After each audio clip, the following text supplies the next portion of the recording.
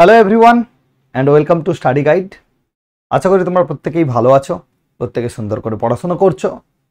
আজকে আমি তোমাদেরকে যে ক্লাসটা করবো সেটা হচ্ছে ডাইজেস্টিভ সিস্টেম, যেটা বায়োলজির একটা ক্লাস, যার বাংলাটা হচ্ছে পরিপাকতন্ত্র। আমরা এর আগের ক্লাসে পুষ্টি সম্পর্কে দেখেছিলাম, পুষ্টি আর ভিটামিন সম্পর্কে দেখেছিলাম। সেই পুষ্টির যে পর্যায়গুলো দেখেছিলাম সেখানে আমরা দেখেছিলাম খাদ্য গ্রহণ, পরিপাক, শোষণ, আত্তীকরণ আর বহিষ্করণ। এই যে খাদ্য গ্রহণ করছি আমরা এবং সেটা আমাদের শরীরে কি হচ্ছে, পাচিত হচ্ছে বা পরিপাক হচ্ছে, সেটা পরবর্তীকালে ক্ষুদ্রান্ত দিয়ে শোষণ হচ্ছে, শোষণের পরে কলাকোষে আত্তীকরণ হচ্ছে এবং বাকি যে অবশিষ্ট অংশ সেটা আমাদের শরীর থেকে বাইরে বেরিয়ে যাচ্ছে, অর্থাৎ বহিষ্করণ হচ্ছে, মল হিসাবে বাইরে বেরিয়ে যাচ্ছে। এই যে সিস্টেমটা, এই সিস্টেমে যে সকল অঙ্গগুলো যুক্ত আছে একসঙ্গে তাদেরকে আমরা বলছি ডাইজেস্টিভ সিস্টেম বা পরিপাকতন্ত্র। আমাদের শরীরে খাদ্যকে গ্রহণের পর থেকে যারা যারা এটাকে পাচনে সাহায্য করে, অর্থাৎ খাদ্য গ্রহণ থেকে শুরু করে সেটার থেকে এনার্জি তৈরি পর্যন্ত এবং উচ্ছিষ্ট অংশ বা অবশিষ্ট অংশকে বাইরে বের করে দেওয়া, অর্থাৎ বহিষ্করণ করা, এই যে পুরো হোল প্রসেসটা, এই হোল প্রসেসটা যাদের দ্বারা নিয়ন্ত্রিত হচ্ছে, যাদের দ্বারা ঘটিত হচ্ছে, সেই পুরো অংশটাকে বলা হচ্ছে পরিপাকতন্ত্র। কারণ আমরা জানি কোষগুলো মিলিত হয়ে কলাতন্ত্র গঠন করে, এরকম কিছু একই রকম কলাতন্ত্র মিলে কি করে, অঙ্গ গঠন করে। সেই অঙ্গগুলো যে কোনো একটা সিস্টেমকে পরিচালনা করে, যেহেতু সিস্টেমকে পরিচালনা করে তাই একত্রে সেটাকে আমরা কি বলবো, তন্ত্র।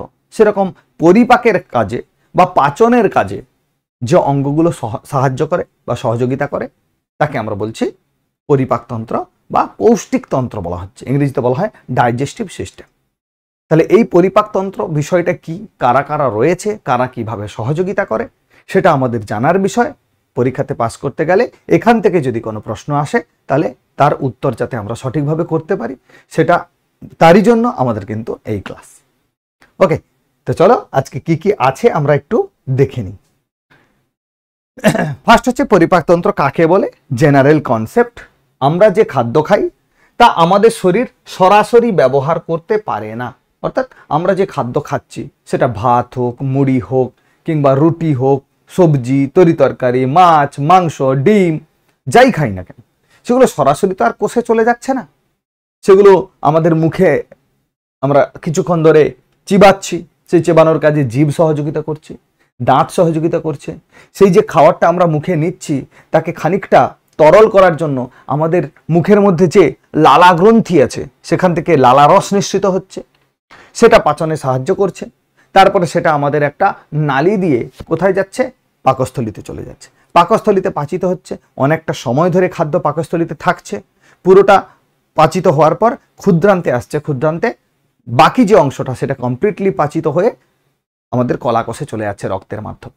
আর ওখান থেকে বৃহদন্ত হয়ে বা একটা মোটা নালী আছে, যে নালীর মধ্য দিয়ে উচ্ছিষ্ট বা অবশিষ্ট অংশটা বাইরে বেরিয়ে যাচ্ছে এবং সেই নালী কি করছে, ওই উচ্ছিষ্ট অংশটাকে বাকি যেটুকু থাকে জলীয় অংশ বা জল জাতীয় অংশ সেটাকে শোষণ করে নিচ্ছে, করে বাকিটা অংশ মলাশয় হয়ে পায়ু ছিদ্র দিয়ে বা মলদ্বার দিয়ে বাইরে বেরিয়ে যাচ্ছে। এই হচ্ছে টোটাল ঘটনা। তাই সরাসরি আমরা খাদ্যকে কলাকোষে পৌঁছায় না বা সরাসরি আমরা সেটাকে ব্যবহার করতে পারি না, সেটা বিভিন্ন প্রক্রিয়ার মাধ্যমে প্রক্রিয়াজাত হিসেবে তৈরি হচ্ছে। এটাকে অনেক ছোট ছোট উপাদানে ভাঙতে হয়। সেই ভাঙার কাজ করে কারা, যারা পরিপাকতন্ত্রে যুক্ত অঙ্গ রয়েছে। এই বড় উপাদানকে ছোট ছোট উপাদানে ভাঙার কাজে যারা লিপ্ত থাকে তাদের একত্রে আমরা কি বলি, পরিপাকতন্ত্র। যেমন ধরো খাদ্য গ্রহণ, পরিপাক, শোষণ এবং বহিষ্করণ, এখানে সাহায্য করছে যারা, তাদেরকেই আমরা বলছি পরিপাকতন্ত্র। ওকে, পরিপাকতন্ত্রের বিভিন্ন অঙ্গ, কারা কারা আমাদের এই পরিপাকতন্ত্রে সহযোগিতা করছে এবং কিভাবে সহযোগিতা করছে, তাদের অবস্থান কোথায় রয়েছে, সেগুলো কিন্তু আমাদের পরীক্ষাতে আসে। যেমন ধরো ফার্স্ট আমরা হাত দিয়ে খাবারটা নিচ্ছি, সেটা মুখে ভরছি। কি করছি, হাত দিয়ে খাবারটা নিচ্ছি, মুখে ভরছি। তাহলে এই যে মুখে যখন ভরলাম, এই মুখ থেকে কি হয়, এই পরিপাক ক্রিয়াটা তাহলে শুরু হয়ে যায়। তার মানে খাদ্যটা যদি আমরা মুখে না ভরি তো পরিপাক হবে না, তাই না? তাহলে খাদ্যটা আমরা প্লেট থেকে বা ডিশ থেকে মুখে ভরছি যখন, সেখান থেকেই আমাদের পরিপাকের কাজ শুরু হচ্ছে। তাহলে প্রথম অঙ্গ হিসাবে যে সাহায্য করছে সেটা হচ্ছে মুখ। মুখ আমরা জানি মুখের সামনে উপরের দিকের অংশে ঊর্ধ্ব ওষ্ঠ বলি আমরা, আর নিচের দিকের অংশটাকে বলি নিম্ন ওষ্ঠ, অর্থাৎ উপরের ঠোঁট আর নিচের ঠোঁট এই দুটো দিয়ে মুখটা কি থাকে, কভার থাকে, অর্থাৎ বন্ধ থাকে। আমরা এই ঠোঁট যখন খুলি তখন খাদ্য ভেতরে যায়, ঠোঁট বন্ধ করে আমরা সেটাকে চিবাই, হ্যাঁ কি না? তাহলে এই মুখ হচ্ছে প্রথম অঙ্গ যেটা পরিপাকে সাহায্য করে। এই মুখের মধ্যেই কে থাকে, জিভ থাকে, দাঁত থাকে আর লালা গ্রন্থি থাকে।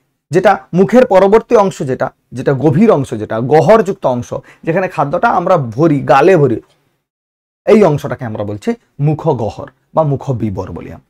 তাহলে প্রথম অংশ হচ্ছে মুখ, যেটা ঊর্ধ্ব এবং নিম্ন ওষ্ঠ দ্বারা সংরক্ষিত থাকে। তোমরা দেখতেই পাচ্ছ, এই হচ্ছে মুখ, উপরের ঠোঁট, নিচের ঠোঁট। তার ভেতরে গহ্বর যেটা গর্ত মতো অংশ ভেতরটা, সেখানে কি রয়েছে, উপরে এক পাটি দাঁত, নিচে আরেক পাটি দাঁত, আর তার মাঝখানে আছে সব থেকে আমাদের শরীরের সঞ্চরণশীল অঙ্গ, যেটাকে বলা হচ্ছে জিভ। জিভকে বলা হয় আমাদের শরীরের আয়না বলা হয়, কারণ এই জিভ দেখেই ডাক্তারেরা বলে দিতে পারে যে আমাদের শরীরের কন্ডিশন কেমন। বোঝা গেল? তাহলে এই গেল মুখ। মুখবিভর, ইহা গহ্বর বিশেষ বা গর্ত বিশেষ, যেখানে দাঁত ও জীবের সাহায্যে খাদ্যের আংশিক পাচন ঘটে। জীব ও দাঁতের সাহায্যে কিরকম আংশিক পাচন ঘটে, কি করে জীব? জীব কি করে, আমাদের যে ভেতরে মুখের ভেতরে যে খাবারটা নিচ্ছি সেটাকে একবার এ পাশে, একবার ও পাশে, একবার এ পাশে, একবার ও পাশে, এই করে আন্দোলিত করে। ফলে আমাদের যে দাঁত, সে দাঁত কি করে, এ পাশে যখন খাদ্যটা আসছে এই পাশে দাঁতটাকে কি করছে, চিবিয়ে ছোট ছোট উপাদানে ভাগ করছে। পরিপাকতন্ত্রের কাজ হচ্ছে আমাদের কোষে যাতে গিয়ে এটা সরাসরি আমাদের এনার্জি তৈরিতে ব্যবহৃত হয়, তার জন্য তাকে ছোট ছোট অংশে ভাগ করতে হবে। এই যে ছোট ছোট অংশে ভাগ করছি, এই ছোট ছোট অংশে ভাগ করার কাজ দাঁত করছে, জীব করছে। তাহলে এগুলোকে আমরা বলতে পারি পরিপাকতন্ত্রের অংশ, সাহায্যকারী অঙ্গ। তাহলে হচ্ছে এটা কিরকম, গহ্বর বিশেষ, সেখানে দাঁত এবং জীব কি করে, এই খাদ্যের আংশিক পাচন করে, পুরোটা করে না। তাহলে তো পাকস্থলীর দরকার হতো না, ক্ষুদ্রান্তের দরকার হতো না, অগ্নাশয়ের দরকার হতো না, যকৃৎ বা লিভারের দরকার হতো না, হতো কি, হতো না।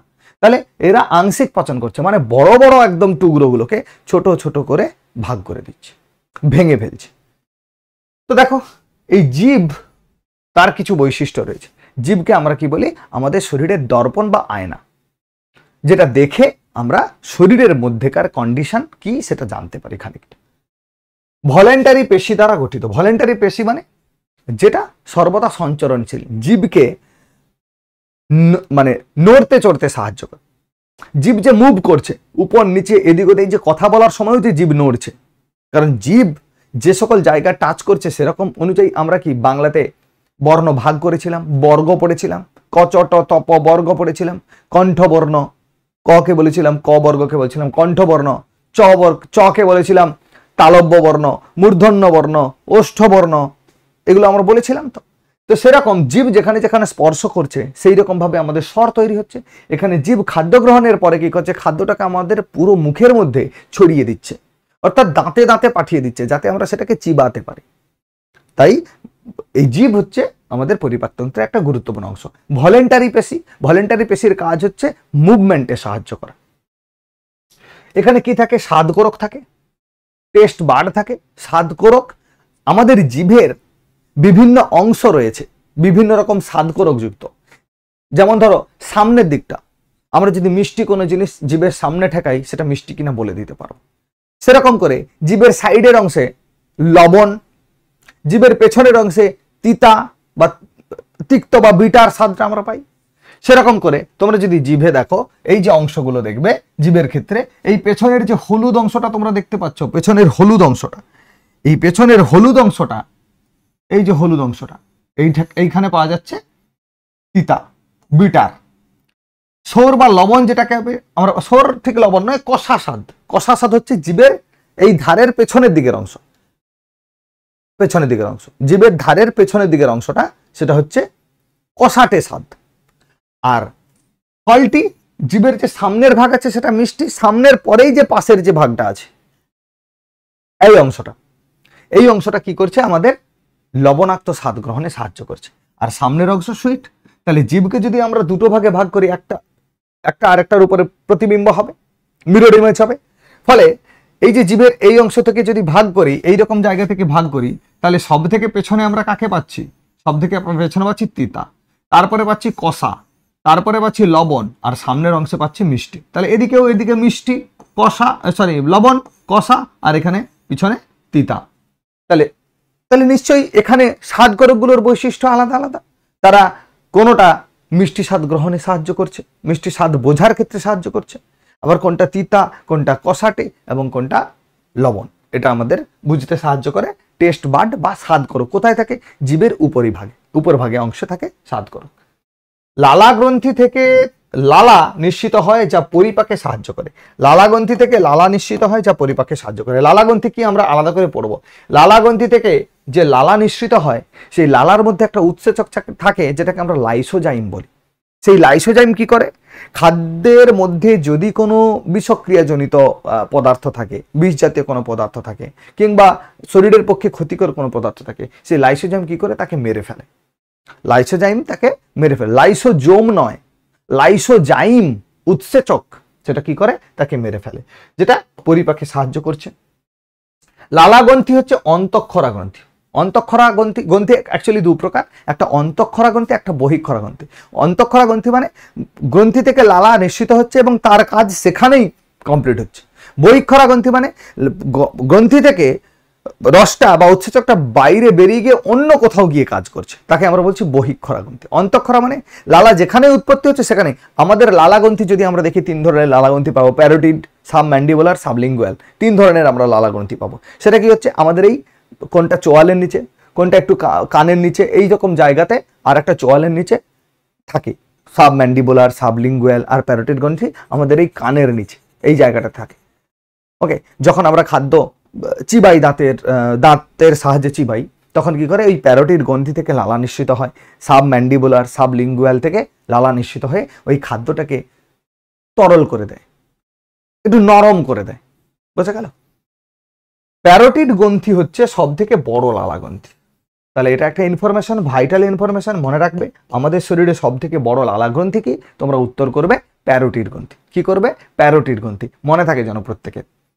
এই হচ্ছে ছবিটা তোমরা দেখতে পাচ্ছ। এই হচ্ছে দেখো মুখ, এখান থেকে খাদ্য শুরু হচ্ছে আমাদের শরীরে প্রবেশ, হ্যাঁ কি না? এখান থেকে খাদ্য প্রবেশ শুরু হচ্ছে, এই মুখে ঢুকলো। এই মুখ যেটা ঠোঁট দিয়ে আটকানো, আমরা যদি ঠোঁট বন্ধ করে রাখি, খাদ্য কি ঢুকবে? ঢুকবে না। আমরা তাহলে ঠোঁটটাকে হাঁ করে রাখতে হবে, ঠোঁট দুটোকে খুলতে হবে। খুললে তবেই কিন্তু আমাদের মুখে খাদ্যটা প্রবেশ করবে। মুখ গহরে প্রবেশ করলো, তারপরে সেখানে আমরা চিবিয়ে চিবিয়ে কি করছে? আমাদের গলা থেকে একটা নালী আছে, যেটাকে আমরা বলি গ্রাস নালী বা ইসোফেগাস বলা হয়। ইসোফেগাস বা গ্রাস নালী বলা হয়। তার আগের একটা অংশ রয়েছে, অর্থাৎ মুখগহ্বর আর গাসনালীর মধ্যবর্তী একটা অংশ রয়েছে, সেটাকে আমরা বলছি গলবিল।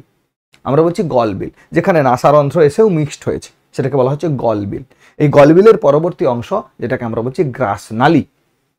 তাহলে এইটা হচ্ছে অ্যাকচুয়াল গ্রাস নালী। আর এই যে অংশটা তোমরা দেখতে পাচ্ছ, এই যে অংশ, এটাকে বলা হচ্ছে গলবিল। অর্থাৎ গ্রাস নালী আর মুখগহ্বরের মধ্যবর্তী অংশ, যেখানে নাসারন্ধ্র এসে আমাদের নাকের যে ফুটো আছে, নাক থেকে আমরা কি করি? অক্সিজেন নিই, কার্বন ডাইঅক্সাইড ছাড়ি, প্রশ্বাস নেই, নিঃশ্বাস ছাড়ি।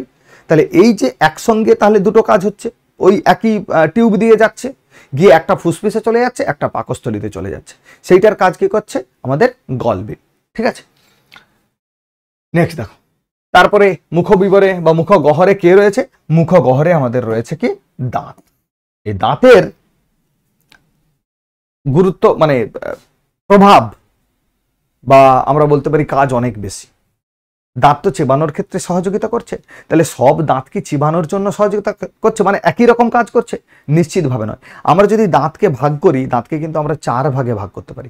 আমাদের এই যে সামনের দাঁত, এটা কিন্তু চিবানোর জন্য সহযোগিতা করে না। আমরা দাঁত দিয়ে, সামনের দাঁত দিয়ে কিন্তু চিবাই না, সামনের দাঁত দিয়ে কোনো কিছু কামড়াই বা কাটি, হ্যাঁ কিনা? সামনের দাঁত দিয়ে আমরা কেটে নিই, কোনো খাদ্যবস্তুকে কেটে নিই। এই যে তার পাশে যেটা রয়েছে একটু বড় বড় সাইজের, ক্যানাইন বলা হয়। এই ক্যানাইন কি করে? কোনো কিছু ছিঁড়তে সাহায্য করে। আমরা যখন কোনো কিছু চিকেনটাকে ধরে একদম ছিঁড়ছি, সেই ছিঁড়তে সাহায্য করছে ক্যানাইন। আর সামনের যেটা, সেটাকে বলা হয় ইনসাইজার, সেটা কি করে? কাটতে সাহায্য করে। ক্যানাইন ছিঁড়তে সাহায্য করে। বুঝা গেল?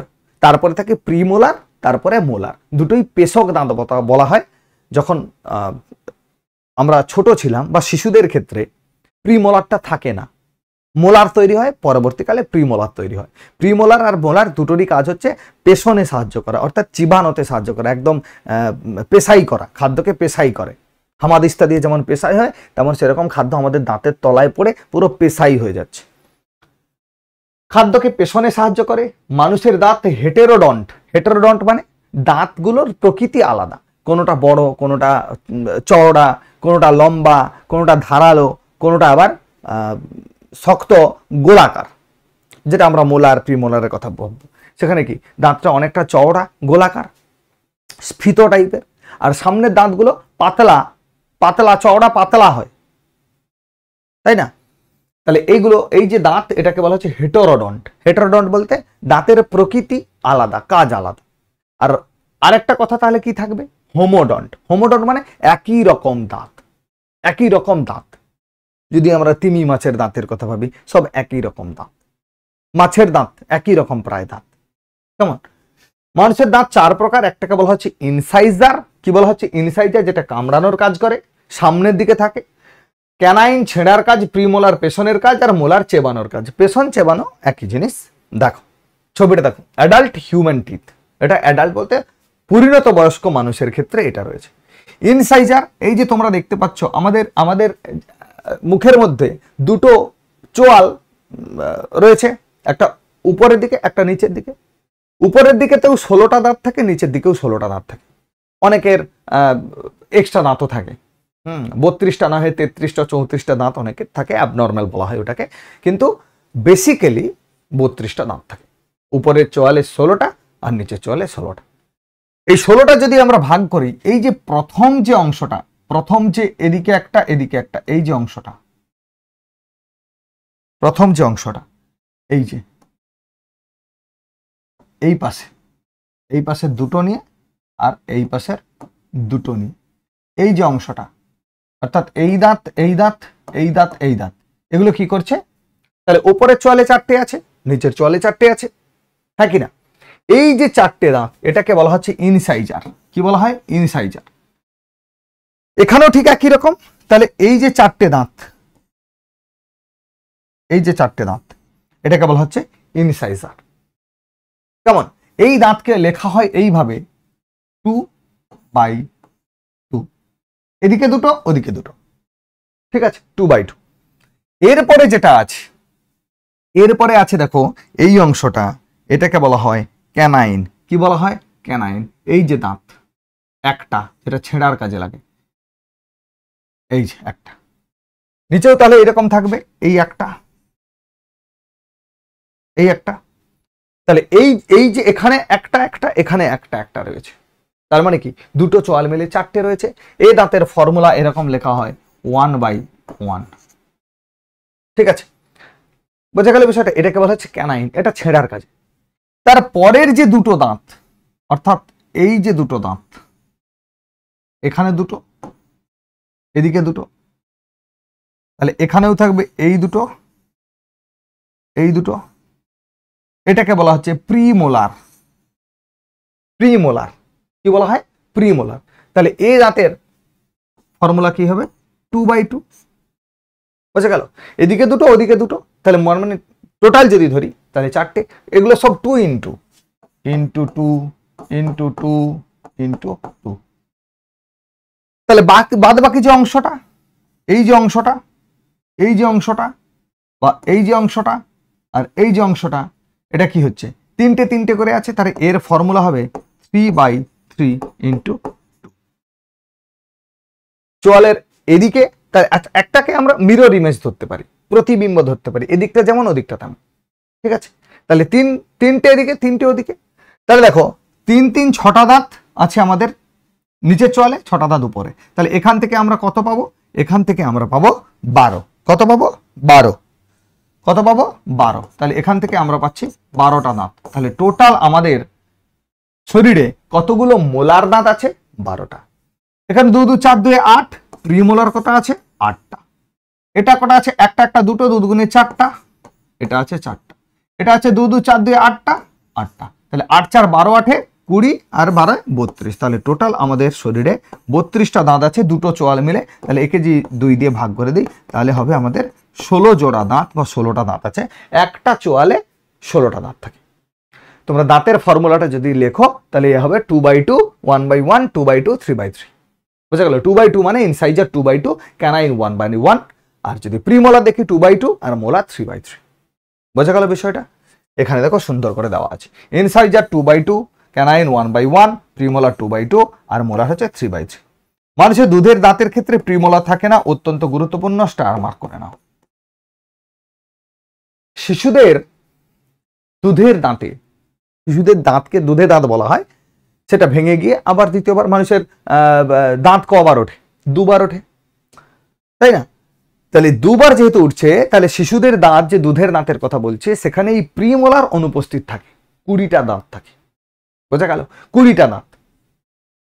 মানবদেহের সব থেকে শক্ত অংশ হচ্ছে এনামেল। এই দাঁতের যে উপরের অংশ, শক্ত যে অংশটা, সেটাকে বলা হচ্ছে এনামেল। আমাদের শরীরের সব থেকে কঠিন অংশ হচ্ছে এনামেল। এগেন স্টার মার্ক করো। সব থেকে কঠিন অংশ হচ্ছে এনামেল, ঠিক আছে? সব থেকে কঠিন অংশ যেটা হচ্ছে দাঁতের উপরিভাগ, উপরের যে লেয়ারটা। এই দাঁতকে যদি তোমরা দেখো, যদি কারো দাঁতের সমস্যা হয় ডাক্তারের কাছে যাও, তোমরা দেখবে ডাক্তারের কাছে একটা দাঁতের ছবি থাকে বা দাঁতের একটা 3D শেপ থাকে। সেখানে দেখবে যে দাঁতের ভেতরের অংশে বেশ কিছু দাঁত যদি এরকম হয়, দাঁত যদি এরকম হয়, এরকম খানিকটা দাঁতটা হয়, সরি একটু মানিয়ে নেবে সবাই। এই যে দাঁত, এটা দাঁত ধরো অনেক নিচ পর্যন্ত থাকে, রুট এটা। এইখান থেকে থাকে দেখবে দাঁতের ভেতরে নার্ভ থাকে, এরকম করে প্রচুর নার্ভ থাকে, নার্ভ থাকে দাঁতের ভেতরে। আর এই যে উপরের যে কভার অংশটাকে, এটাকেই আমরা কি বলি? এনামেল। কি বলি? এনামেল। এটাই হচ্ছে মানব শরীরের সব থেকে কঠিনতম অংশ শরীরে। বোঝা গেল বিষয়টা? তাহলে এইখানের এই দুটো ইনফরমেশন মনে রাখবে। মানুষের দাঁতের প্রকৃতি মনে রাখবে, হেটারোডন্ট প্রকৃতির। আর কি, মানুষের দুধের দাঁতে প্রিমোলার অনুপস্থিত থাকে। আর সব থেকে মানব শরীরের সব থেকে কঠিন অংশ যদি বলা হয়, তোমরা উত্তর করবে এনামেল। ওকে, নেক্সট। পরিপাকতন্ত্রের আর অঙ্গ কি আছে? গলবিল তোমাদেরকে বললাম, অর্থাৎ মুখবিবরের যে পরবর্তী অংশটা, গ্রাসনালীর শুরুর অংশটা, যেটা গ্রাসনালীকে মুখবিবরের সঙ্গে কানেক্ট করে রাখে, যেখানে নাসারন্ধ্র এসে মুক্ত হয়, যেখানে আমরা ঢাকনার মতো আলজিহা দেখি, সেটাকে আমরা বলছি গলবিল। কি বলছি আমরা? গলবিল। মুখবিবরের পরবর্তী অংশ, ইহার মেঝেতে অবস্থিত গ্যালেট নামক ছিদ্রের সাহায্যে খাদ্য গ্রাসনালীতে প্রবেশ করে। তাহলে এই ইনফরমেশনটা মনে রাখা দরকার কি? নিশ্চিতভাবে দরকার আছে। কোন ছিদ্রের মাধ্যমে মুখগহ্বর থেকে খাদ্য গ্রাসনালীতে প্রবেশ করে? তোমরা উত্তর করবে কি? গ্যালেট। গ্যালেট নামে একটা ছিদ্র থাকে, যার মধ্য দিয়ে কি করে খাদ্য গ্রাসনালীতে প্রবেশ করে। এই গ্রাসনালীর মধ্যে দিয়ে খাদ্য এঁকে বেঁকে পাকস্থলী পর্যন্ত যায়, এঁকে বেঁকে তাকে একটা চলন প্রকৃতির হয়, পেরিস্টলসিস চলন বলা হয়। ইসোফেগাস বা গ্রাসনালী, তার মানে গলবিলের পরবর্তী অংশ, বেশ লম্বা করে অংশ, সেটাকে আমরা বলছি গ্রাসনালী। পাকস্থলীর সঙ্গে বুক্কাল ক্যাভিটির সংযোগ স্থাপন করে। পাকস্থলীর সঙ্গে বুক্কাল ক্যাভিটি গ্রাসনালীর সংযোগ করে। বোঝা গেল? এর পরেই থাকে আমাদের পাকস্থলী, যেখানে আমরা জানি খাদ্য পাচিত হয়। শুধুমাত্র পাকস্থলীতেই পাচিত হয় তা কিন্তু নয়। ওই যে বললাম, মুখগহ্বর থেকেই খাদ্যের পাচন শুরু হয়ে যায়, পাকস্থলীতে অনেক সময় ধরে পাচিত হয়, তারপরে ক্ষুদ্রান্তে সেই পাচন শেষ হয় এবং শোষণ ঘটে। বোঝা গেল? পাকস্থলীর আকৃতি কিরকম? জের মতো। পাকস্থলী যদি দেখো, এই খানিকটা জের মতো, খানিকটা জের মতো। এই যে এটা আসছে, এটাকে বলা হয় অন্ননালী বা গ্রাসনালী বলা হয়। এই গ্রাসনালী এসে এটার সঙ্গে যুক্ত হয়েছে, ঠিক আছে? যুক্ত হয়েছে। এই অংশটা, উপরের দিকের যে অংশটা, এই যে ফোলা মতো অংশ, একে বলা হয় ফান্ডাস। কি বলা হয়? ফান্ডাস। নিচের দিকের অংশটাকে বলা হয় পাইরোলিক অংশ। বোঝা গেল? এই যে পাকস্থলী, এই পাকস্থলীর সব থেকে বড় বৈশিষ্ট্য হচ্ছে এর গাত্র থেকে কি করে HCl খরিত হয়, যেটাকে আমরা গ্যাস্ট্রিক জুস বলি বা পাচক রস বলি। এই অ্যাসিডের পরিমাণ যখনই বেশি হয়, অর্থাৎ আমরা যখন একটু বেশি খেয়ে ফেলি, একদম হুপ চাপড়া করে পেয়েছে, একদম গিয়ে কোনো অনুষ্ঠান বাড়িতে হুড়হাড় করে খেয়ে নিলাম, খেয়ে নিলে কি হয়, আমাদের পেটটা পুরো পাকস্থলীটা পুরোটা ভরে যায়। পুরোটা যখনই ভরে যাচ্ছে তাহলে পাকস্থলীর যে পাচক রস ওই খাদ্যের উপরে, কারণ ওটা তো জলীয় অংশ, যখন কোনো বালতিতে জল থাকে আমরা যদি সেখানে মাটি ভরতে থাকি বা কোনো কিছু আলাদা করে সলিড কঠিন পদার্থ ভরতে থাকি, জলটা আস্তে আস্তে করে উপর দিকে উঠে এসে উপচে বাইরে পড়তে শুরু করে। সেরকম যখন আমরা খুব বেশি খেয়ে ফেলি, প্রয়োজনের অতিরিক্ত বেশি খেয়ে ফেলি, তখন কি ওই অ্যাসিডটা গলার দিকে বা গ্রাসনালীর দিকে উঠে আসে। সেই গ্রাসনালীর দিকে যখন উঠে আসে তখনই আমাদের গলা জ্বালা জ্বালা করে, বুক জ্বালা জ্বালা করে, যেটাকে আমরা অ্যাসিডিটি বলি। কি বলি? অ্যাসিডিটি। হাইপার অ্যাসিডিটি হয়ে গেলে সেটা আবার মারাত্মক ক্ষতিও করে। তাহলে এই পাকস্থলীতে কি রস পাওয়া যায়? গ্যাস্ট্রিক জুস, যেটাকে আমরা বলি হাইড্রোক্লোরিক অ্যাসিড। হাইড্রোক্লোরিক অ্যাসিড অত্যন্ত সক্রিয়। তাহলে এখান থেকে একটা কোশ্চেন যদি তোমাদেরকে ঠিক এইভাবে ঘুরিয়ে জিজ্ঞেস করে যে পাকস্থলীতে যে পাচক রস পাওয়া যায় বা গ্যাস্ট্রিক জুস পাওয়া যায় তার পিএইচ কত, এবার তোমাদের অনেকে বলবে স্যার পিএইচটা আবার কি? পিএইচ হচ্ছে পোটেনশিয়াল অফ হাইড্রোজেন, অর্থাৎ হাইড্রোজেন তৈরির ক্ষমতা কতটা বেশি। ঠিক আছে, এটা কেমিস্ট্রির অংশ। কেমিস্ট্রি যখন পড়াবো তোমাদেরকে আরো সুন্দর করে বলবো। পোটেনশিয়াল অফ হাইড্রোজেন বলে হাইড্রোজেনের পাওয়ার, হাইড্রোজেনের ক্ষমতা। এই পিএইচ এর মানটা দেখো, এটা হচ্ছে পিএইচ অর্থাৎ পোটেনশিয়াল অফ হাইড্রোজেন। এর মানটা কি হয় জানো? 7 নিউট্রাল, 7 থেকে এদিকে থাকে 14 পর্যন্ত, এদিকে থাকে 0 পর্যন্ত। কেমন? 7 থেকে যখন কমে কমে আসছে 0 দিকে, 7 থেকে তাহলে কত হচ্ছে? 6, 5, 4, 3, 2, 1, তারপর 0। আর এদিকে বেড়ে বেড়ে 8, 9, 10, 11 এরকম করে করে বেড়ে 14 পর্যন্ত আসছে। যখন এই পোটেনশিয়াল অফ হাইড্রোজেনের মান, এটা একটা নেগেটিভ লগারিদম মান, এর মান যখন 7 থেকে আস্তে আস্তে করে কমতে থাকে, তখন সেই সলিউশনটাকে বা সেই পদার্থের যে প্রকৃতি সেটা অ্যাসিডিক প্রকৃতির হয়। অ্যাসিড, অ্যাসিড মানে তোমরা লেবু খেয়েছো, টক টক লাগে, তাহলে যে পদার্থ টক টক লাগে সেটাকে আমরা বলছি অ্যাসিড। আর যে পদার্থটা কষা কষা লাগে সেটাকে আমরা বলছি বেস বা ক্ষার। তোমাদেরকে আরো ভালো করে সুন্দর করে পড়াবো, সেটা হচ্ছে কেমিস্ট্রিতে। এখানে জাস্ট HCl এর সাপেক্ষে বলছি। তাহলে HCl আমাদের যখন গলায় উঠে আসে, HCl আমরা কি টেস্ট পাই? বলি না আমরা মুখটা টক টক করছে বা গলাটা টক হয়ে আছে, এরকম বলি না? এই যে টক, এটা হচ্ছে এই জায়গা, অর্থাৎ পাকস্থলীর যে HCl এর কথা বলছি, এটা টক হয়। এর মান, এর মান বলতে এর পিএইচ এর মান, অর্থাৎ পোটেনশিয়াল অফ হাইড্রোজেনের মান হয় 7 থেকে কম। সেই জন্য এখানকার যে HCl, সে গ্যাস্ট্রিক জুসটাকে আমরা কি বলি? অ্যাসিডিক বলি। কি বলি? অ্যাসিডিক, অ্যাসিড প্রকৃতির বলি, অ্যাসিডিক বলি। ঠিক আছে, এটা কিন্তু মনে রাখবে। গ্যাস্ট্রিক জুসের পিএইচ এর মান কত? 7 থেকে কম, 7 থেকে বেশি কোনোটিই নয়, উত্তর করবে 7 থেকে কম, অর্থাৎ অ্যাসিডিক নেচার বা অ্যাসিডিক প্রকৃতির হয়। বুঝে গেল? 4.5 ঘন্টা খাদ্য সঞ্চয় করে রাখতে পারে কে? আমাদের পাকস্থলী। বুঝে গেল? এই জায়গাটা ক্লিয়ার হয়েছে কি সবার? আরেকবার বলে দিচ্ছি, ভালো করে শুনে নাও। আমাদের পাকস্থলীতে যে পাচক রস পাওয়া যায় বা যেটাকে আমরা গ্যাস্ট্রিক জুস বলি ইংরেজিতে, সেটা হচ্ছে আসলে হাইড্রোক্লোরিক অ্যাসিড। হাইড্রোক্লোরিক অ্যাসিড কিন্তু আমরা ল্যাবরেটরিতে ব্যবহার করি। আমাদের পাকস্থলীতে কিন্তু জৈব হাইড্রোক্লোরিক অ্যাসিড থাকে। সেটা কি হয়? পাকস্থলী গাত্রে বিভিন্ন ছোট ছোট গ্রন্থি আছে, সেখান থেকে উৎপত্তি লাভ করে এবং সেটা কি করে? খাদ্যের পাচনে সাহায্য করে, খাদ্যকে ছোট ছোট পার্টিকেলসে ভেঙে দিতে সাহায্য করে।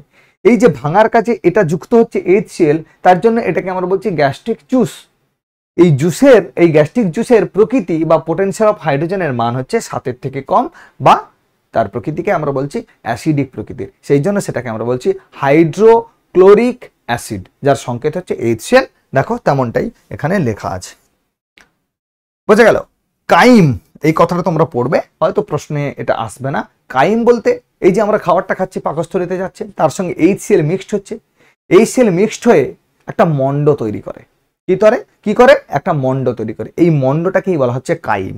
কি বলা হয়? কাইম। খাদ্য ও HCl মিশ্রিত হয়ে মণ্ড তৈরি করে, তাকে বলা হচ্ছে কাইম। এই যে পাকস্থলীতে একটা এনজাইম পাওয়া যায় যেটাকে বলা হয় পেপটন। প্রোটিনকে ভেঙে একটা এনজাইম পাওয়া যায় যেটা প্রোটিনকে ভেঙে পেপটন আর প্রোটিয়েজে রূপান্তরিত করে। কি করে? পেপটন আর প্রোটিয়েজে রূপান্তরিত করে। ঠিক আছে, শিশুদের দুধ জাতীয় খাদ্য এইখানেই পাচিত হয়।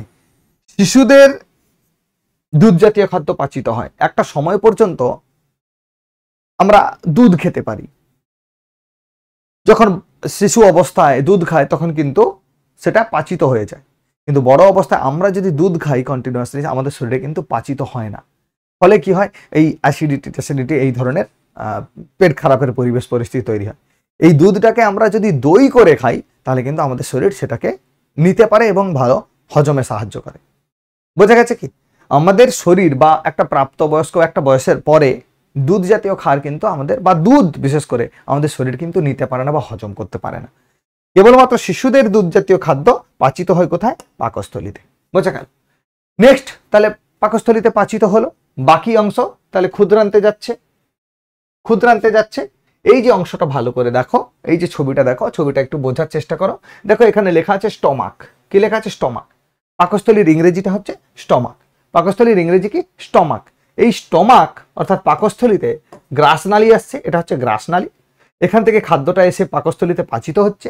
পাকস্থলীতে পাচিত হওয়ার পর এই যে অংশটা পাইরোলিক লোব, এই অংশ দিয়ে কি হয়, ক্ষুদ্রান্তের সঙ্গে এই যে ভেতরে পেঁচানো পেঁচানো বিরাট বড় অংশ দেখছো, এটাকে বলা হচ্ছে ক্ষুদ্রান্ত বা স্মল ইন্টেস্টাইন বলা হয় ইংরেজিতে। এইখানে কি হচ্ছে? শোষণ হচ্ছে। এই ক্ষুদ্রান্তের সঙ্গে সব রক্ত নালীগুলো যুক্ত থাকে। কি থাকে? রক্ত নালীগুলো যুক্ত থাকে। এখান থেকে এই যে পাচিত হওয়া খাদ্য এখানে এসে পৌঁছাচ্ছে, তখন খাদ্যগুলো অনেক ছোট ছোট অংশে ভাগ হয়ে গেছে, অনেক ছোট ছোট অংশে। যখনই ছোট ছোট অংশে ভাগ হয়ে গেছে তখন কি করছে, এখান থেকে সেগুলো রক্তের সঙ্গে মিশতে শুরু করে, ক্ষুদ্রান্ত থেকে রক্তের সঙ্গে মিশতে শুরু করে। এইবার রক্ত কি করে, যে যার একটা করে পার্টিকেল নিয়ে নিল, নিয়ে এবার দৌড়তে শুরু করে কোথায়? কোষের দিকে দৌড়তে শুরু করে। বুঝে গেল? এখানে শোষিত হয়ে গেল, যতক্ষণ শোষণ হলো ভালো। তার বাকি অংশটা, এই যে মোটা মোটা অংশটা দেখতে পাচ্ছ, একটা মোটা মোটা অংশ, এই যে মোটা মোটা অংশ, এই যে মোটা মোটা অংশ, এ কি করছে, বাকি যে অংশটা, এই যে মোটা মোটা অংশ, এই যে অংশ,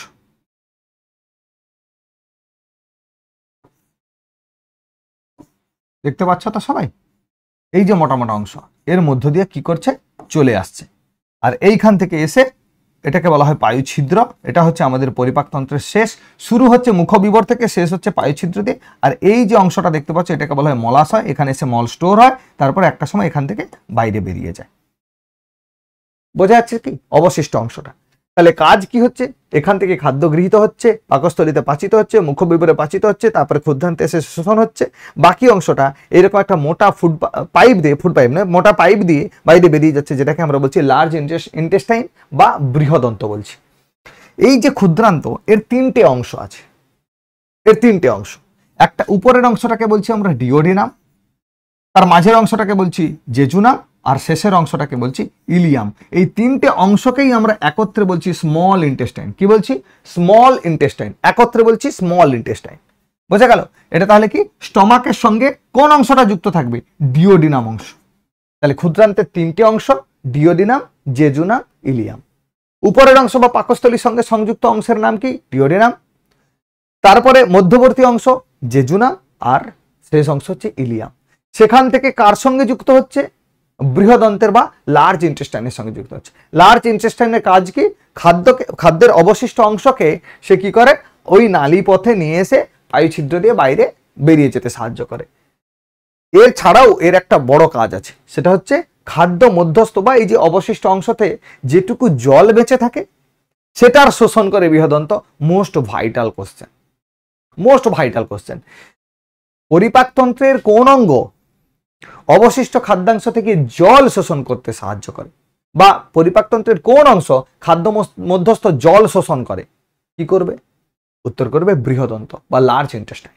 ওকে, তাহলে ক্ষুদ্রান্তের তিনটে অংশ রয়েছে, ডিওডেনাম, জেজুনাম, ইলিয়াম, এই তিনটে অংশ রয়েছে, তাই তো নাকি? এই অংশে খাদ্য পরিপাক সম্পূর্ণ হয়। যদি প্রশ্ন করে যে খাদ্যের পরিপাক সম্পূর্ণ হয় কোথায়, তোমরা উত্তর করবে কি? স্মল ইন্টেস্টাইন বা ক্ষুদ্রান্ত। অন্যান্য গ্রন্থি থেকে পাচক রস এসে এখানে খাদ্যের সঙ্গে মেশে। বুঝা গেল? অন্যান্য গ্রন্থি, তোমরা দেখতেই পাচ্ছ এখানে কয়েকটা গ্রন্থির কথা আমি বলিনি, কারণ পরবর্তীকালে বলবো বলে। এই যে অংশটা দেখতে পাচ্ছ এটা হচ্ছে লিভার বা যকৃৎ, লিভার বা যকৃৎ। এরই সঙ্গে যুক্ত থাকে, এরই সঙ্গে ছোট্ট করে যুক্ত থাকে যেটাকে আমরা বলি পিত্তথলি, পিত্তথলি। তারই সঙ্গে আবার যুক্ত থাকে অগ্নাশয়, মিশ্র গ্রন্থি, অগ্নাশয়। তার কাজ হচ্ছে বিভিন্ন এনজাইম ক্ষরণ করা, যেটা হচ্ছে খাদ্যের সঙ্গে যুক্ত হয়ে খাদ্যকে ছোট ছোট অংশে বা পাচনে সাহায্য করে। খাদ্যের মধ্যে কার্বোহাইড্রেট, প্রোটিন, ফ্যাট বিভিন্ন পদার্থ থাকে। এখান থেকেও বিভিন্ন ধরনের উৎসেচক নিঃসৃত হয়, যেগুলো প্রত্যেকটা নির্দিষ্ট একটা সাবস্ট্রেটের উপরেই কাজ করে, তাকে ভেঙে ফেলতে সাহায্য করে। অগ্নাশয় থেকে পিত্তরস, অগ্নাশয় থেকে পিত্তরস এসে এখানে খাদ্যের সঙ্গে মেশে এবং এখানের ফ্যাটকে ভেঙে ছোট ছোট গ্লোবিউলে পরিণত করে। অগ্নাশয় থেকে পিত্তরস নিঃসৃত হয়। এক্সট্রা যে পিত্তরসটা নিঃসৃত হয় সেটা পিত্তথলিতে এসে জমা হয়, পিত্তথলিতে এসে জমা হয়। ট্রিপসিন এটা একটা উৎসেচক, প্রোটিনের উপর কাজ করে তাকে ভেঙে পলিপেপটাইড তৈরি করে। কে? ট্রিপসিন। কে করে? ট্রিপসিন। লাইপেজ কি করে? ফ্যাটকে ভেঙে ফ্যাটি অ্যাসিড আর গ্লিসারলে তৈরি করে। তাহলে এই দুটো টপিক কিন্তু মনে রাখবে, এই দুটো পয়েন্ট। একটা ট্রিপসিন যেটা প্রোটিন সাবস্ট্রেটের উপর কাজ করছে, প্রোটিনকে ভেঙে দিচ্ছে অ্যামাইনো অ্যাসিডে, আর হচ্ছে লাইপেজ ফ্যাটকে ভেঙে দিচ্ছে। অ্যামাইনো অ্যাসিড বলতে এই পলিপেপটাইড, পলিপেপটাইডে ভেঙে দিচ্ছে। আর লাইপেজ ফ্যাটকে কি করছে? ফ্যাটি অ্যাসিড আর গ্লিসারলে তৈরি করছে। অন্ত্রের রস ক্ষারক জাতীয়। দেখো দুটো জিনিস কিন্তু আমাদেরকে মাথায় রাখতে হবে। এই যে পাকস্থলী, এই পাকস্থলীর রস কি হচ্ছে? অ্যাসিডিক। পাকস্থলীর রস হচ্ছে আমাদের কাছে অ্যাসিডিক বা পিএইচ এর মান হচ্ছে 7 থেকে কম। কিন্তু অন্ত্র বলতে ক্ষুদ্রান্ত, ক্ষুদ্র অন্ত, ক্ষুদ্রান্ত এর যে পাচক রস, এর রসটা হচ্ছে বেসিক বা আমরা বলছি ক্ষারীয়। কি বলবো আমরা? ক্ষারীয়, বেসিক। ঠিক আছে, মনে রাখবে প্রত্যেকটা ইনফরমেশন যেগুলো পরীক্ষার জন্য একেবারে ভাইটাল, একেবারে গুরুত্বপূর্ণ, সেইগুলোই আমি কেবলমাত্র তুলে ধরেছি। এই যে বড় করে দেখিয়েছি এটা হচ্ছে বৃহদন্ত। এই যে আমরা অ্যাপেন্ডিক্স বলি, অ্যাপেন্ডিসাইট হয়ে গেছে, অ্যাপেন্ডিক্স হয়ে গেছে বলি, এটা হচ্ছে বৃহদন্তের একটা পার্ট, এটা হচ্ছে অ্যাপেন্ডিক্স। তার নিচের অংশ এরকম ফুলা ফুলা অংশটা, তাকে আমরা বলছি সিকাম। কি বলছি আমরা? সিকাম। দেখো এই অংশটা, এটাকে বলছি সিকাম। তার নিচের অংশটা যেটা এই অংশটা, সেটাকে বলছি আমরা অ্যাপেন্ডিক্স। ওকে, এই হচ্ছে টোটাল বৃহদন্ত, লার্জ ইন্টেস্টাইন বলা হয়। এর কাজ কি? এই অঙ্গে জল শোষিত হয়, শুধু এইটা মনে রাখলেই চলবে, শুধু এইটা মনে রাখলেই চলবে। আর যদি মনে রাখতে চাও, কোলাই ব্যাকটেরিয়া থাকে, ইন্টেস্টিনাল ব্যাকটেরিয়া, যেটা হচ্ছে দুর্গন্ধযুক্ত গ্যাস তৈরি করে। আমাদের যে বায়ু নিঃসরণ হয়, একটু কি বলে, গ্যাস যখন হয়ে যায় পেটে, আমরা গ্যাস জাতীয় যদি খাই, তেলে ভাজা টাজা খেলাম, চানাচুর খেলাম, এগুলো খাওয়ার ফলে কি হচ্ছে? আমাদের পেটে গ্যাস হয়ে যায়। সেই গ্যাসটা খুবই দুর্গন্ধ হয়। সেই দুর্গন্ধ সৃষ্টির জন্য দায়ী হচ্ছে ইন্টেস্টিনাল ব্যাকটেরিয়া বা ইকোলাই ব্যাকটেরিয়া। স্ট্যালোল বলে একটা পদার্থ, সেটা হচ্ছে খাদ্যের সঙ্গে যুক্ত হয় বৃহদন্তে, যেটা মলের গন্ধ তৈরি করে। মলের যে সুগন্ধ, সেই সুগন্ধ সৃষ্টিতে সাহায্য করে স্ট্যালোল। ঠিক আছে, খাদ্যের বর্জ্য পদার্থ এই অংশের রেকটাম দিয়ে বেরিয়ে যায়। রেকটাম মানে পায়ুছিদ্র, সেখান দিয়ে বেরিয়ে যায়। মানুষের বৃহদন্তের বৃহত্তম অংশটি হলো কোলন। বৃহদন্তের বৃহত্তম অংশ হচ্ছে কোলন। এটা মনে রাখতে পারো, পরীক্ষায় এলেও আসতে পারে। তবে এখান থেকে যে অংশটা সব থেকে বেশি মনে রাখবে, যে আমাদের পরিপাক তন্ত্রের কোন অংশে জল শোষিত হয়, সেটা করবে উত্তর বৃহদন্ত। ওকে, নেক্সট হচ্ছে কয়েকটা গ্রন্থি। তাহলে দেখো আমরা যে অংশটা পড়লাম, বেসিক্যালি মুখ পড়লাম, যেটা ঠোঁট দিয়ে ঢাকা। সেখান থেকে খাদ্য আমাদের শরীরে প্রবেশ করছে। ওটা যদি না থাকতো শরীরে খাদ্য প্রবেশ করতো না। মুখগহ্বরে এসে খাদ্য প্রবেশ করছে। মুখগহ্বরে সেখানে কি আছে? তালাগ্রন্থি আছে, জীব আছে, দাঁত আছে, তারা আংশিক পাচন ঘটাচ্ছে। তারপরে গলবিল হয়ে, গ্রাসনালী হয়ে কোথায় আসছে? পাকস্থলিতে আসছে। পাকস্থলিতে 4.5 ঘন্টা, 4.5 ঘন্টা, 5 ঘন্টা খাদ্যটা থাকছে, ওখানে পাচিত হচ্ছে। তারপরে এই পাচিত অংশটা নিচে নেমে আসছে। কার কাছে? ক্ষুদ্রান্তের ডিওডিনামে আসছে। ক্ষুদ্রান্তের ডিওডিনাম থেকে জেজুনাম, জেজুনাম থেকে ইলিয়াম, ইলিয়ামে পুরোটা শোষণ হয়ে যাচ্ছে। যা যা আমাদের ভাইটাল খাদ্যে ছিল, তাকে রক্ত সুন্দর করে বয়ে নিয়ে কলাকোষে চলে গেল।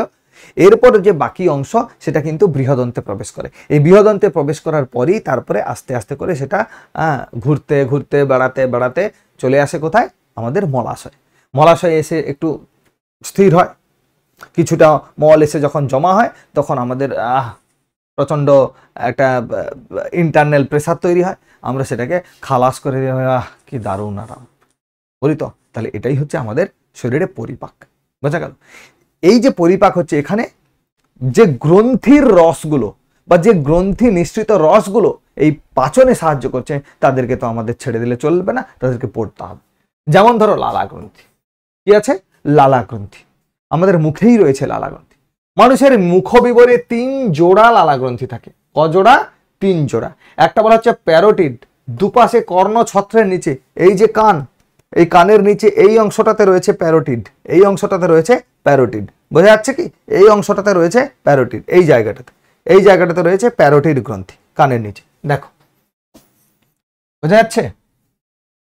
প্যারোটিড গ্রন্থি বোঝা যাচ্ছে? কানের নিচে রয়েছে প্যারোটিড গ্রন্থি, কানের নিচে প্যারোটিড গ্রন্থি, কানের নিচে প্যারোটিড গ্রন্থি, বোঝা গেল? সব থেকে বড় লালা গ্রন্থি হচ্ছে প্যারোটিড গ্রন্থি। এরপর রয়েছে কি? সাবম্যান্ডিবুলার। কোথায় রয়েছে? নিচের চোয়ালের মেঝের দুপাশে, নিচের যে চোয়াল আছে, চোয়ালের নিচে মেঝে মানে যেখানে জীব আছে, তারই ঠিক নিচের এই অংশটাতে আছে কে? সাবম্যান্ডিবুলার। কে আছে? সাবম্যান্ডিবুলার। সাবলিঙ্গুলার জিহার তলদেশের দুপাশে, জিভের নিচের এই পাশে রয়েছে। আর একটা চোয়ালে, দেখো একটা হচ্ছে চোয়ালের ওপরে জিভের নিচে সাবলিঙ্গুয়াল, আর যখন চোয়ালের নিচে মানে এই জায়গাটা হচ্ছে, ভালো করে দেখো, একটা এই তো চোয়াল, এর উপরে আছে এই যে এই অংশটাতে দাঁত আছে, এই অংশটাতে দাঁত আছে, এটা চোয়াল বা জাবড়া বলা হয়, জাবড়া হিন্দিতে বলা হয় জাবড়া। এই অংশের জীবে, এই অংশে তাহলে জীব আছে, এই অংশে জীব কেমন, যদি আবার দাঁতটা ভুল আঁকা হয়েছে, উপরে এক পাটি হবে, নিচে এইখানে এক পাটি হবে, যাই হোক এরকম দাঁত আছে, এটা পাটি এটা পাটি। তাহলে এই যে অংশটা, এই অংশে কি রয়েছে? Sub lingual. কি রয়েছে? Sub lingual. কি রয়েছে? Sub lingual. আর চোয়ালের নিচে এই অংশটা রয়েছে সাবম্যান্ডিবুলার। প্রত্যেকটা এক জোড়া করে কি করে? লালা রস নিঃসৃত করে। সেই লালা রস খাদ্যের পাচনে সাহায্য করে। লালা রসে অনেক ধরনের উৎসেচক থাকে, সেগুলো তোমাদের খুব একটা বেশি আসবে না পরীক্ষাতে।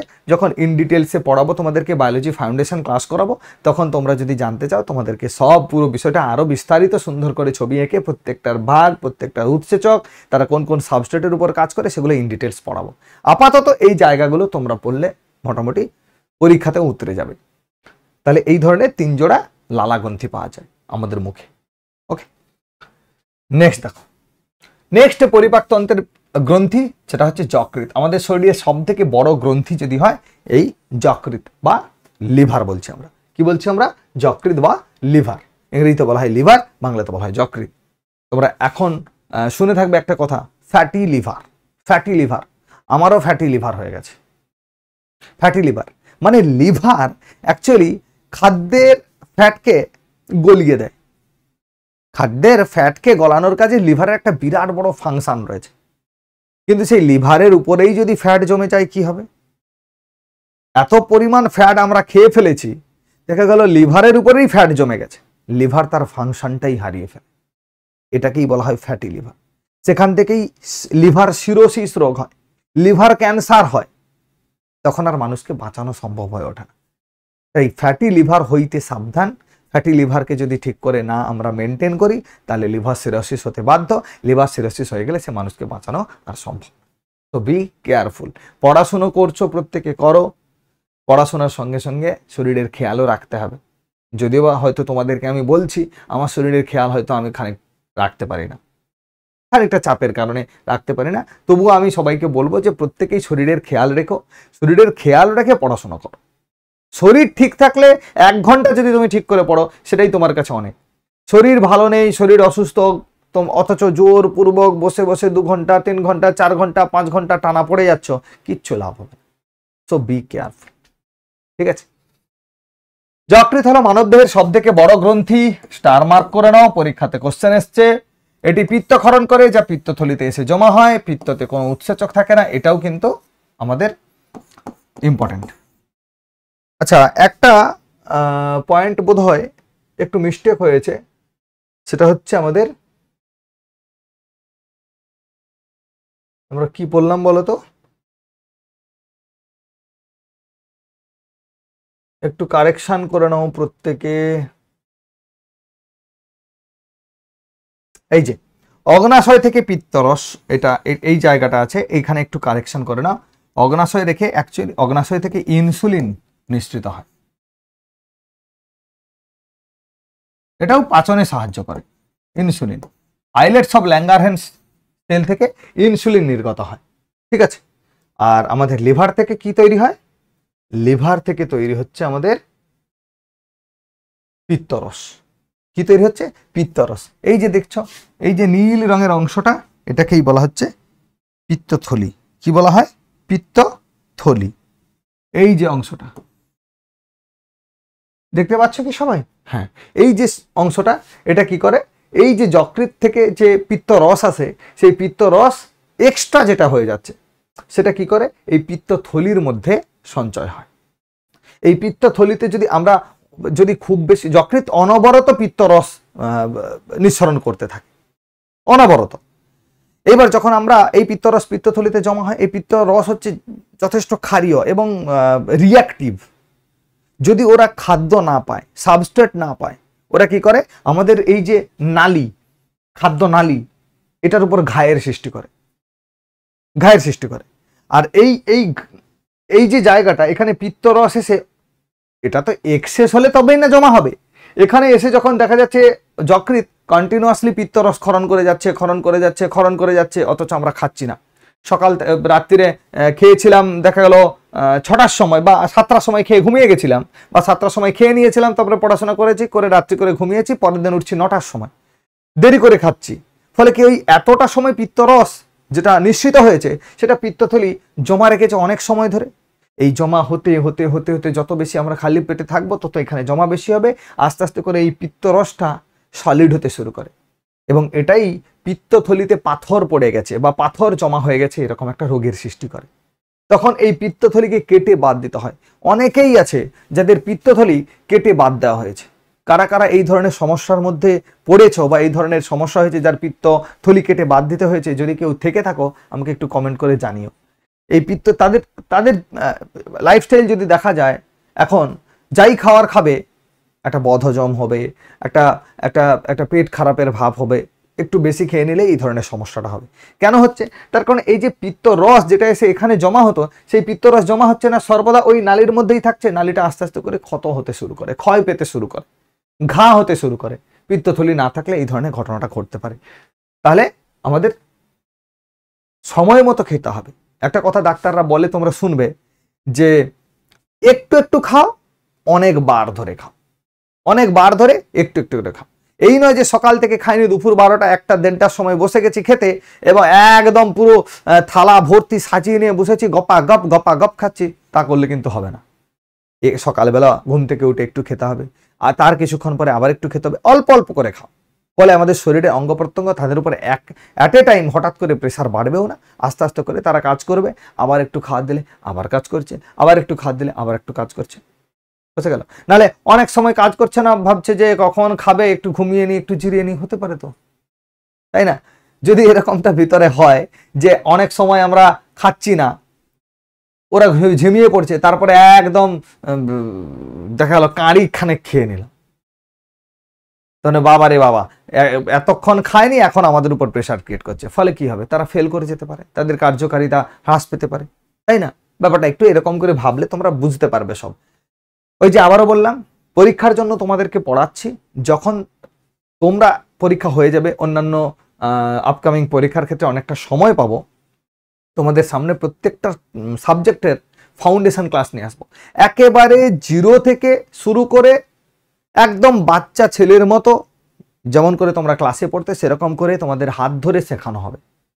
বেশ করে আমি জিকে জিএস পোর্শনটা তোমাদেরকে সেভাবেই পড়াবো, সেভাবেই শেখাবো, যাতে করে তোমরা যে কোনো পরীক্ষার জন্য নিজেদেরকে প্রিপেয়ার করতে পারো। সেটা তোমরা ওয়ান ডে এক্সাম হতে পারে, যে কোনো ডিপার্টমেন্টাল এক্সাম হতে পারে, আদারওয়াইজ তোমরা যখন এরপরে পিএসসি দেবে, পিএসসির মিসলেনিয়াস, পিএসসির clerkship, West Bengal civil service, এই পরীক্ষাগুলো যখন আস্তে আস্তে করে যাবে, তখন হচ্ছে তোমাদের অনেকটাই কাজে লাগবে। একদম শুদ্ধ বাংলা ভাষায়, তার সঙ্গে খানিকটা ইংরেজিতে মিশিয়ে। তার কারণ হচ্ছে কিছু টার্ম রয়েছে যেগুলো তোমাদের ইংরেজিতে জানাটা জরুরি। সবটাই বাংলা এবং সবটা ইংলিশ করাটা সম্ভব নয়। কিছু কিছু ওয়ার্ড আছে যেগুলোর বাংলা হয়তো আমরা নিজেরাই জানি না। যেমন ধরো চেয়ার, একটা ইংরেজি শব্দ, তার বাংলা করতে বললে পারবো না হুট করে।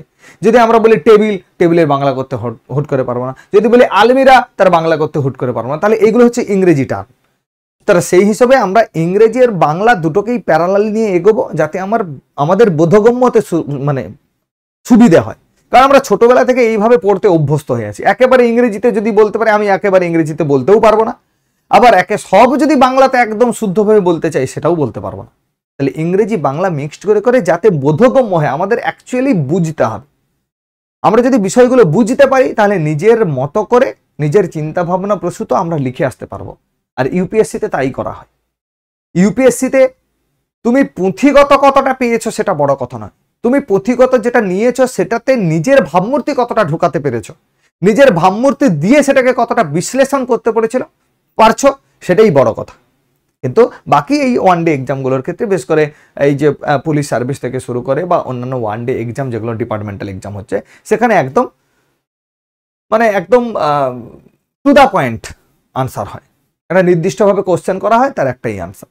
ভাবমূর্তি সেখানে প্রকাশ পায় না। যেখানে ডেসক্রিপটিভ প্যাটার্ন আছে, যেমন ধরো পিএসসির মিসলেনিয়াসের ক্ষেত্রে ডেসক্রিপটিভ হয়, ক্লার্কশিপের ক্ষেত্রে ডেসক্রিপটিভ হয়, আইসিডিএসের ক্ষেত্রে ডেসক্রিপটিভ হয়। এই জায়গাগুলো কিন্তু তোমাদের আমার ক্লাস যারা করবে তারা কিন্তু অনেকটাই হেল্প পাবে। এবং তোমাদেরকে বলেছি যে আমি যা ক্লাস করাবো সেটা সম্পূর্ণ ফ্রিতে ইউটিউবেই ক্লাস করাবো। তোমরা প্রত্যেকেই আমার সঙ্গে যুক্ত থাকবে। আমি চাই আমাদের ওয়েস্ট বেঙ্গলের ছেলেমেয়েরা যাদের মাতৃভাষা বাংলা, তারা যেন কোনো অংশে পিছিয়ে না থাকে, পড়াশোনার ক্ষেত্রে কোনো অংশে যাতে না পিছিয়ে থাকে। তারা একদম আমাদের ন্যাশনালি যে সকল পরীক্ষা হয় সেখানে গিয়ে সঠিকভাবে তাদের চিন্তা ভাবনা, তাদের অ্যানালিসিস যে পাওয়ার, সেটাকে প্রেজেন্ট করে আসতে পারে, সেটাকে দেখাতে পারে। সেটাই আমার অ্যাকচুয়ালি অ্যাম্বিশন বলতে পারো তোমরা। ওকে, তো চলো আজ বাকি যে অংশটা আছে দেখে নিই। যকৃৎ মানবদেহের সব থেকে বড় গ্রন্থি, এটাই হচ্ছে সেই যকৃৎ। এটি পিত্তক্ষরণ করে, পিত্তথলিতে যেটা জমা হয়। পিত্ততে কোনো উৎসেচক থাকে না, তাই এই পয়েন্টটা অবশ্যই তোমরা মাথায় রাখবে। এতে পিত্তরঞ্জক কি থাকে? বিলিরুবিন আর বিলিভার্ডিন আর পিত্ত লবণ থাকে। এটি লাইপেজকে সক্রিয় করে, ঠিক আছে। লাইপেজ ফ্যাটকে ভাঙতে সাহায্য করে, আমরা একটু আগে দেখলাম না, লাইপেজ ফ্যাটকে ভাঙতে সাহায্য করে, ফ্যাটি অ্যাসিড আর গ্লিসারলে ভাঙতে সাহায্য করে। এই যে লাইপেজ, একে সক্রিয় করে কে জানো? এই যকৃৎ নিঃসৃত রস, অর্থাৎ পিত্তরস। এটি রক্তে গ্লুকোজের পরিমাণকে নিয়ন্ত্রণ করে। কি করে? পিত্তরস বা যকৃৎ নিঃসৃত যে পিত্তরস, সেটা কি করে? গ্লুকোজকে নিয়ন্ত্রণ করে। আমাদের শরীরে গ্লুকোজ বাড়তে দেয় না। গ্লুকোজ মিষ্টি আর পিত্তরস ক্ষারীয়, বোঝা গেল? পিত্ত লাইপেজকে সক্রিয় করে, আরবিসি কে ধ্বংস করে, দেহের তাপ নিয়ন্ত্রণ করে। পিত্ত কি করে? দেহের তাপ নিয়ন্ত্রণ করে। এটি অতিরিক্ত অ্যামাইনো অ্যাসিডকে অ্যামোনিয়া পরিণত করে। কি করে? অতিরিক্ত যে অ্যামাইনো অ্যাসিড, আমরা জানি অ্যামাইনো অ্যাসিড কোথা থেকে আসে? প্রোটিন ভেঙে অ্যামাইনো অ্যাসিড তৈরি হয়। এই অতিরিক্ত যখন হয়ে যাচ্ছে, তাকে অ্যামোনিয়াতে পরিণত করছে, যা অর্নিথিন চক্রের মাধ্যমে ইউরিয়াতে পরিণত হয়। অর্নিথিন চক্রের মাধ্যমে ইউরিয়াতে পরিণত হয়, যেটার থেকে মূত্র তৈরি হয়। কি তৈরি হয়?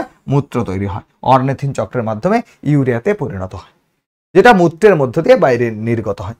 ইউরিয়া বৃক্কের মাধ্যমে শরীর থেকে বেরিয়ে যায়।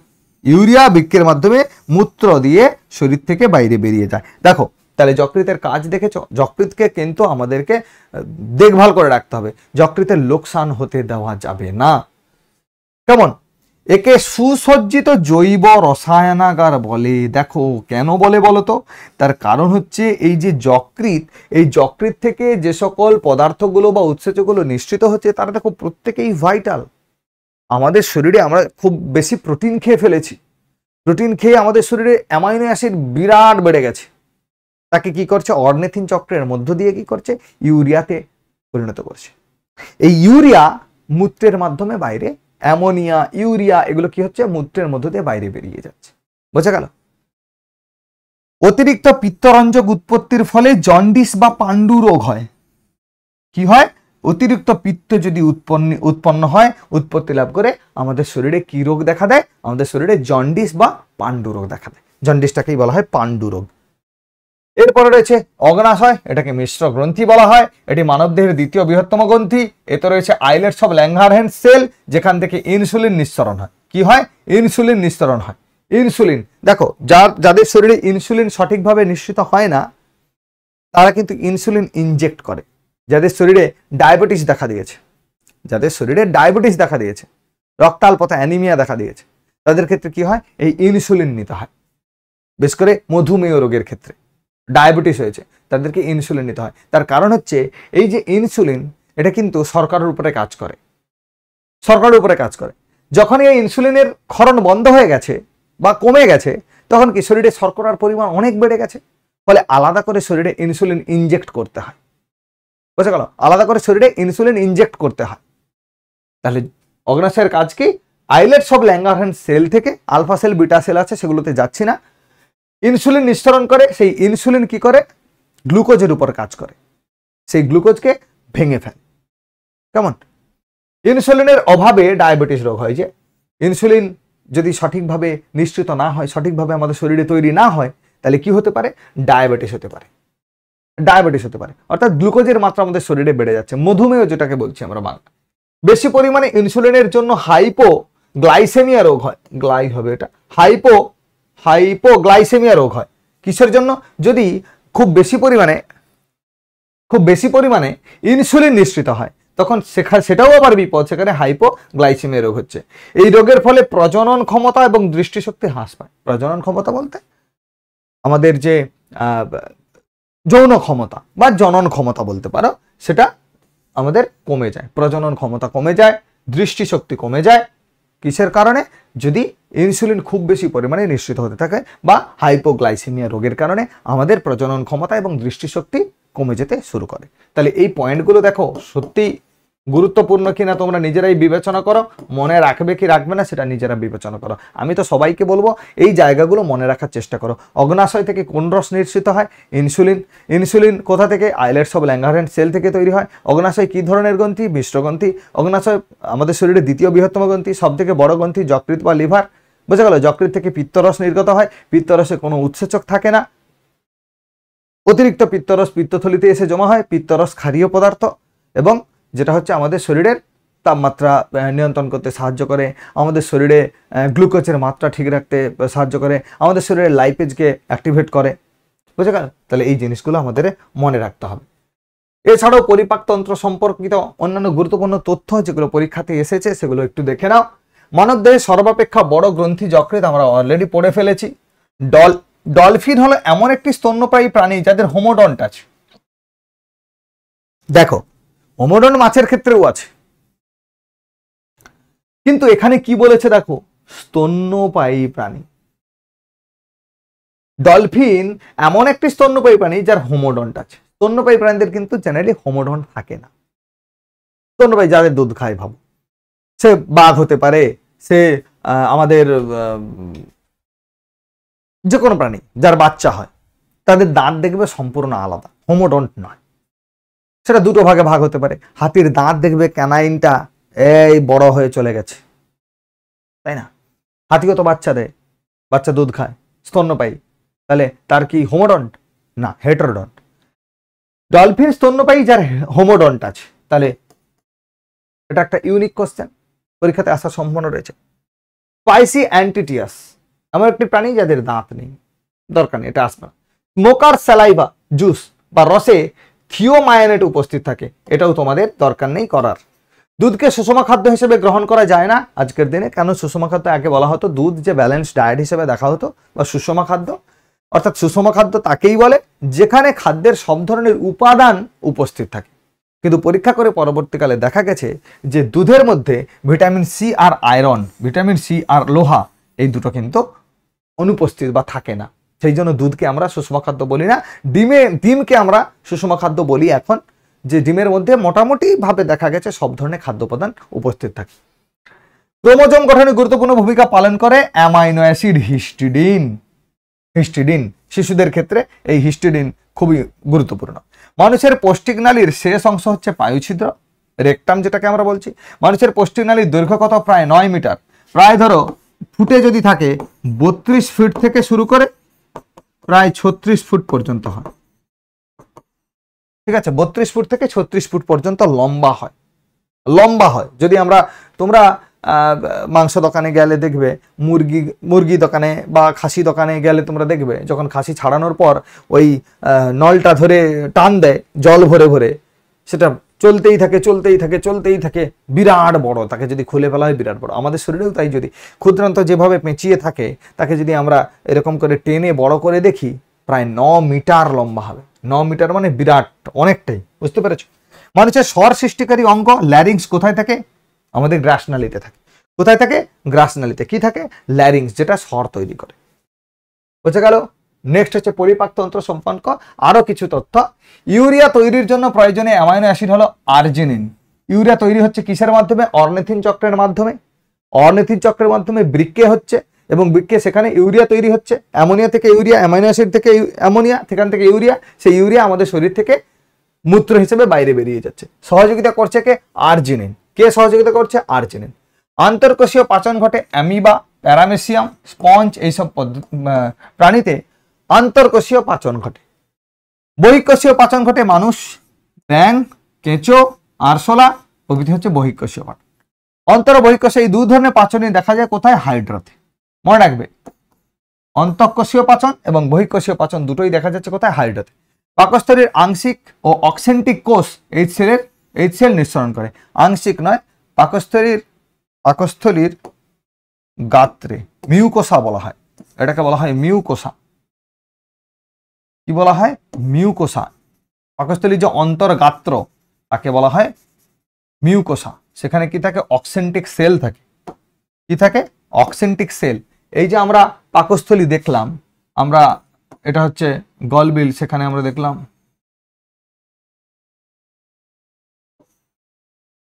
এই যে পাকস্থলীটা আমরা দেখলাম, এই পাকস্থলীতে এই যে ভেতরের যে গাত্র, এই যে ভেতরের গাত্র, এই অংশটা, এই অংশগুলো ভেতরের গাত্র, মিউকোসা। এই গাত্রটাকে বলা হয় মিউকোসা। এই গাত্র, ঠিক আছে, একে বলা হচ্ছে মিউকোসা। এই যে গাত্র, এখান থেকেই কি হয়? এইচসিএল খরিত হয়। এইচসিএল পুরো নাম কি? Hydrochloric acid. Hydrochloric acid. Hydrochloric acid কি বলা হয়? Hydrochloric acid. এই অন্তর্গাত্র, যেটাকে মিউকোসা বলা হচ্ছে, এই মিউকোসা থেকে কি হচ্ছে? হাইড্রোক্লোরিক অ্যাসিড নিঃসৃত হচ্ছে। সেখানে কোন কোষ থাকে? অক্সেন্টিক কোষ থাকে। অক্সেন্টিক কোষ, যেটা এইচসিএল নিঃসরণ করে। পাকস্থলীর রসের পিএইচ কত? 1 থেকে 2 হয়। ওই যে বললাম 7 হলে নিউট্রাল বা প্রশম আমরা বলছি। এই 7 কার? জলের, ওয়াটারের হচ্ছে 7। এরপর থেকে যদি এদিকে বাড়তে থাকে, এটাকে আমরা বলবো বেসিক বা ক্ষারীয়। কি বলবো? বেসিক বা ক্ষারীয়। যদি কমতে থাকে, সেটাকে আমরা বলবো অ্যাসিডিক। ওকে, এই পিএইচ যেটাকে বলা হচ্ছে, পিএইচ এর ফুল ফর্ম হচ্ছে পোটেনশিয়াল অফ হাইড্রোজেন। পিত্তরসে কোনো উৎসেচক থাকে না, অলরেডি আমরা পড়ে ফেলেছি। শুধুমাত্র সোডিয়াম গ্লাইকোলেট এবং সোডিয়াম টুরোকোলেট নামক লবণ বর্তমান থাকে। কোথায়? পিত্তরসে। রেনিন বা কাইমোসিস অধঃক্ষেপণ ঘটায় ও চিজ দই তৈরির সময় সাহায্য করে। এটাও মনে রাখবে, রেনিন। গ্যাস্ট্রিক রসে থাকা শক্তিশালী উৎসেচক পেপসিন বিভিন্ন প্রোটিনের পাচনে সাহায্য করে। পেপসিন কি করে? পাচক রসে থাকে। কোথায় থাকে? পেপসিন প্রোটিনে সাহায্য করে। পরীক্ষায় পড়েছে কিন্তু, যে পেপসিন কোন খাদ্য পদার্থকে ভেঙে বা ভাঙতে সাহায্য করে? কি করবে? উত্তর করবে প্রোটিন। প্রোটিনকে ভাঙতে সাহায্য করে কে? পেপসিন। কোথায় ভাঙছে? পাকস্থলীতে। প্রোটিনের সাহায্যে পাচনে সাহায্য করে। গ্যাস্ট্রিক রসে থাকা প্রোটিন যেখানে পাওয়া যায়, সেগুলো কি? মাংস, ডিম, বিভিন্ন ধরনের তৈল বীজ, দুগ্ধজাত পদার্থ, সেগুলোকে ভাঙতে সাহায্য করে কে? পেপসিন। বোঝা গেল? তাহলে এই হচ্ছে টোটাল আমাদের পরিপাকতন্ত্র। কেমন? এই পরিপাকতন্ত্রের এই অংশগুলো আমরা থিওরিটিক্যাল হিসেবে পড়লাম। এরপরে যখন কোশ্চেন অ্যান্সার আলোচনা করবো মিসলেনিয়াস হিসেবে, তখন সেখানে আরও আমরা বেশ কিছু কোশ্চেনের সম্মুখীন হব, নতুন, সেগুলোর উত্তর আমরা করব। তার সঙ্গে এই জায়গাগুলো আমরা মাথায় রেখে এগোবো। ওকে, ক্লাসগুলো কেমন লাগছে, ইনফরমেটিভ কিনা তোমরা জানাও। আর সাজেশন থাকলে অবশ্যই বলো। কেমনভাবে পড়ালে তোমাদের আরও ভালো লাগবে, বা কেউ বোরিং হচ্ছে কিনা ক্লাসের ক্ষেত্রে বলবে, তাহলে আমি পড়ানোর স্টাইলটা একটু চেঞ্জ করব, যাতে করে তোমাদের আরও একটু বেশি একঘেয়েমি যাতে না লাগে, একটু এন্টারটেন করে করে পড়াতে হবে। হ্যাঁ, যদি সেরকম হয় তোমরা অবশ্যই কমেন্ট করে জানিও, আমি সেভাবে চেষ্টা করব। আর ভালো করে সবাই পড়াশোনা করো। আজকে এখানেই শেষ করছি, টাটা।